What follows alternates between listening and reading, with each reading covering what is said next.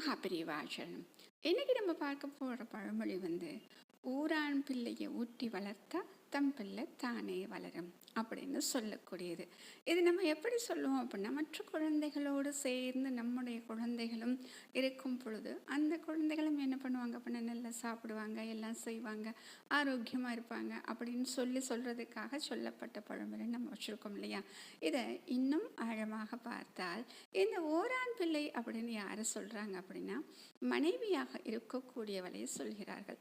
ஏனென்றால் வேறு இடத்திலிருந்து திருமணமாகி இங்கு வந்திருக்கிறாள், அதனால் அவள் ஊரான் பிள்ளை ஆகிறாள். சரி, தன் பிள்ளை அப்படின்னு சொன்னால், மனைவியாக இருக்கக்கூடியவள் கர்ப்பிணியாகும் பொழுது அவளுடைய வயிற்றில் இருக்கக்கூடிய அந்த சிசு, அந்த குழந்தை நன்றாக வளர வேண்டும் என்றால் அவளை ஊட்டி ஊட்டி வளர்த்தாலே போதும், தன்னுடைய குழந்தை நன்றாக வளரும் என்று ஒவ்வொரு கணவனுக்கும் சொல்லப்பட்டதாக இருக்கிறது. அப்போ இந்த ஊரான் பிள்ளை அப்படிங்கிறது இங்கே மனைவி ஆகிவிட்டது. தன் பிள்ளை அப்படிங்கிறது அவளுடைய கர்ப்பத்தில் இருக்கக்கூடிய அந்த குழந்தை ஆகிறது. ஆக மனைவியை கவனித்து கொள்ளும் பொழுது, அவளை நன்றாக பார்த்து கொள்ளும் பொழுது, அவளுடைய கருவில் இருக்கக்கூடிய குழந்தையும் மிகவும் ஆரோக்கியமாக இருக்கும் அப்படிங்கிறதுக்காக சொல்லப்பட்டது.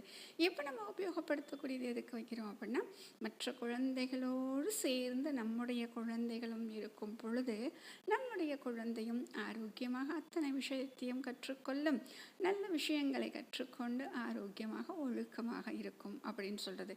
இன்னொன்று என்ன சொல்லுவாங்க, மற்ற குழந்தைங்க நம்ம பார்த்துக்கிட்டோம் அப்படின்னா நம்மளோட குழந்தைங்களை யாரையாச்சும் பார்த்துக்குவாங்க, நல்லா கவனிச்சுக்குவாங்க அப்படிங்கிறதுக்கு நம்ம சொல்கிறோம்.